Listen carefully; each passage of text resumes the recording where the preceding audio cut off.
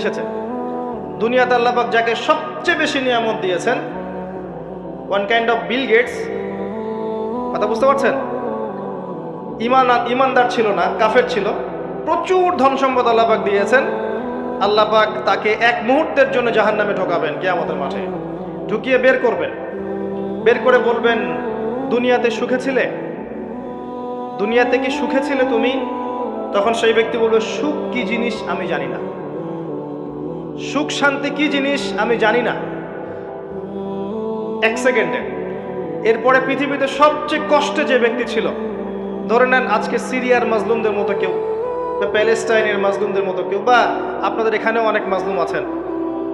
পৃথিবীর বিভিন্ন জায়গায় এখন মাজলুমদের সংখ্যাই বেশি। যাই হোক, তাকে ঢোকানো হবে জান্নাতে এক সেকেন্ডের জন্য, এক মুহূর্তের জন্য, ঢুকিয়ে আবার বের করা। আল্লাহ